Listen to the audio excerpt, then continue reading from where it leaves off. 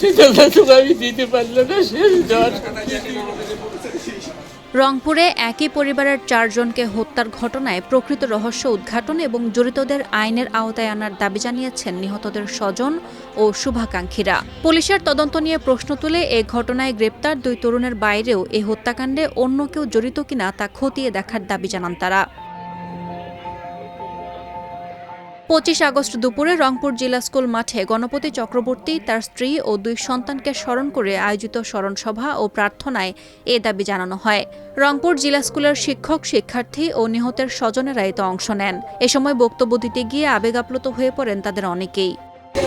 তবে আমি লাল ধুতি পরে আসছিলাম, সেই লাল ধুতি দেখি ওর খুব লোক, দাদা আমার একটা ধুতির ব্যবস্থা করে দিত, কোথায় কিনতে পাওয়া যায়।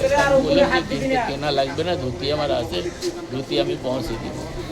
ঠিক বাড়ি যেয়ে আমি 2 দিন পরে ধুতি পৌঁছে দিয়েছি।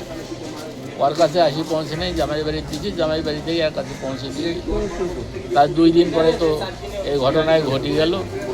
এখন খুব গভীর দুঃখের সাথে ধুতিতে নিয়ে যাওয়া সিটের উপর আমি দিয়েছি, সেটা আমি দিতে পারলো না। শেষ জ্বর।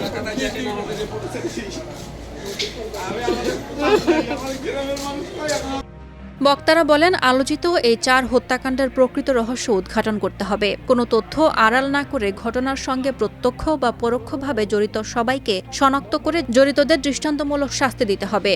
আমি সেই প্রেস ব্রিফিংয়ে সন্তুষ্ট নই। সন্তুষ্ট নয় আমার শিক্ষকরা, সন্তুষ্ট নয় আমার জেলা স্কুলের শিক্ষার্থীরা, সংবাদকর্মীরা, রংপুর শহরের কোনো মানুষই এই বয়ানে সন্তুষ্ট নয়। আমরা এর আরও গভীর তদন্ত চাই। এর বিভিন্ন কর্তৃপক্ষকে এখানে সম্পৃক্ত হওয়া দরকার। আরও নিবিড়ভাবে, আরও গভীরভাবে, আরও বিশদভাবে তদন্ত করে সঠিক তথ্য উদ্ঘাটন করে সঠিক বিচার দ্রুততার সাথে কোনো নিরবিচ্ছিন্নভাবে কার্যক্রম করে সঠিক বিচার যেন আমরা অচিরেই দেখতে পাই, এই জোর দাবি আমার পক্ষ থেকে, জেলা স্কুলের পক্ষ থেকে তথা রংপুরবাসীর পক্ষ থেকে আমি দাবি জানাচ্ছি। এর আগে এদিন সকাল 10টার দিকে নগরের মাছুয়াপাড়া এলাকায় গণপতি চক্রবর্তীর বাড়ির প্রধান ফটক খুলে দেন পাহারার দায়িত্বে থাকা পুলিশ সদস্যরা। এ সময় স্বজনদের শ্রাদ্ধ অনুষ্ঠানের প্রস্তুতি নিতে দেখা যায়। মামলার তদন্তভার 24 আগস্ট রংপুর মহানগর গোয়েন্দা পুলিশের কাছে হস্তান্তর করা হয়েছে।